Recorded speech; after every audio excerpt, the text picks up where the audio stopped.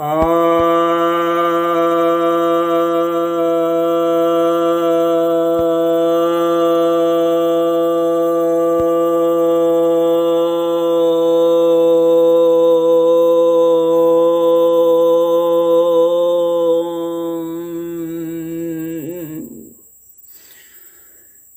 भक्तजनों को सब प्रेम नमन।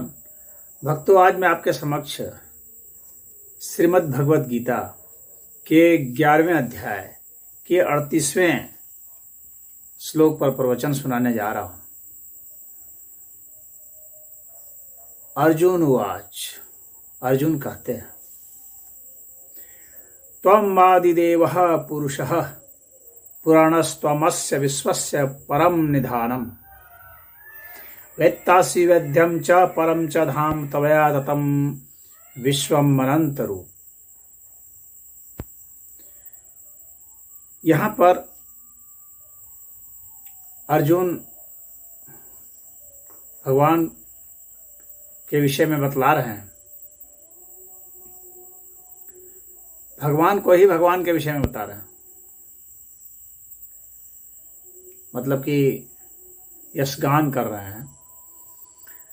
कह रहे हैं कि आप ही जो है आदिदेव हैं और आप ही पुराण पुरुष हैं और आप ही इस विश्व के परम आश्रय हैं और आप ही सबको जानते हैं और आप ही जानने योग्य भी हैं। आप ही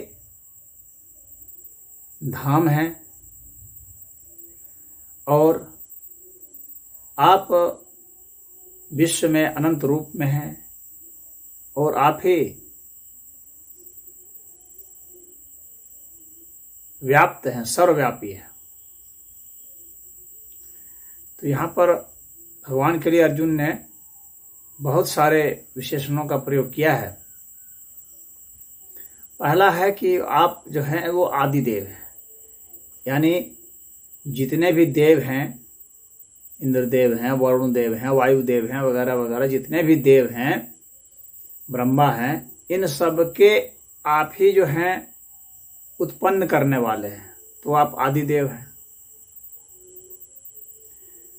सभी देवों के देव हैं आप। फिर कह रहे हैं कि आप ही जो है वह पुराण पुरुष हैं, सनातन पुरुष हैं। आप ही सबसे पुराने। पुराने का मतलब यह नहीं कि उसके बाद फिर कोई है, पुराने का मतलब कि उसके पहले और कुछ नहीं था और कुछ नहीं हो सकता है, सनातन। तो कह रहे हैं कि आप ही पुराण पुरुष हैं, सनातन पुरुष हैं, जो सदा था, सदा है और सदा रहेगा। और आप ही इस विश्व के आश्रय हैं। जैसे जब विश्व जब लीन होता है, जब महाप्रलय होता है तो विश्व लीन हो जाता है ईश्वर में, तो वहां आश्रय पाता है विश्व।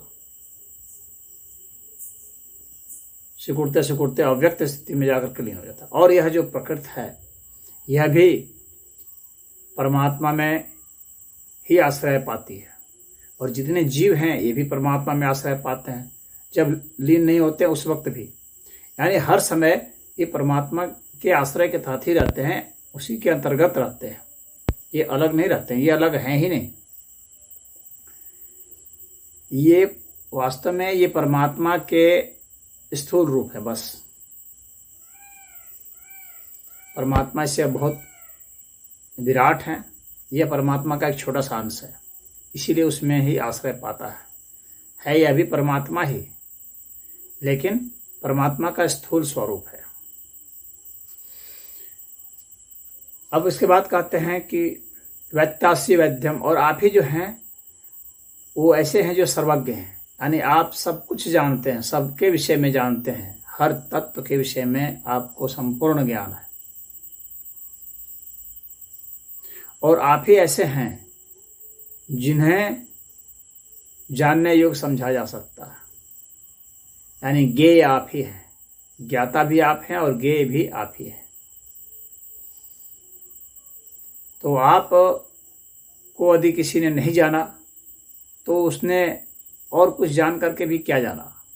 और आपको जानने का मतलब है कि आपको तत्व से जानना, आपको आपकी संपूर्णता में जानना। तो वैसा जो आपको जानना है वह आपका ही हो जाना है, क्योंकि आप ही अपने को संपूर्णता में जान सकते हैं। तो इसलिए आप ही हो जाना, यानी आप ही परमात्मा हो जाना, यानी जो जानता है वह परमात्मा ही हो जाता है। तो ऐसा कहते हैं कि आप ही जानने योग्य हैं और आप ही धाम है। धाम मतलब कि जो भी साधु संत जो भी मुक्ति को प्राप्त होते हैं उनके लिए वही धाम है। मुक्ति प्राप्त होने के बाद की जो स्थिति होती है उसी को धाम कहा जाता है। धाम एक बहुत बड़ा शब्द है। साधारण रूप से तो लोग किसी भी आवास को भी धाम बोल देते हैं, और कोई बड़े से कोई तीर्थ स्थान को भी लोग धाम बोल देते हैं। लेकिन वास्तव में धाम एक आध्यात्मिक स्थिति है। जब व्यक्ति मुक्त हो जाता है उस वक्त उसकी जो स्थिति होती है, जहाँ उसका आश्रय होता है, जहाँ निवास होता है, उसको धाम कहा जाता है। और फिर कह रहे हैं कि आप ही जो है तवया ततम, आप ही जो है व्याप्त हैं, सर्वव्यापी आप हैं। आप हर जगह हर चीज में व्याप्त हैं, यानी आपका कहीं पर कोई अभाव नहीं है। अर्थात आप ही सब कुछ हैं, आप ही सारे तत्व हैं। और फिर कह रहे हैं कि विश्वम अनंत रूप, आप जो हैं अनंत रूप में इस विश्व में आप अनंत रूप हुए हैं, यानी अनंत जो भी रूप दिख रहे हैं ये सारे जो हैं वो आप ही हैं।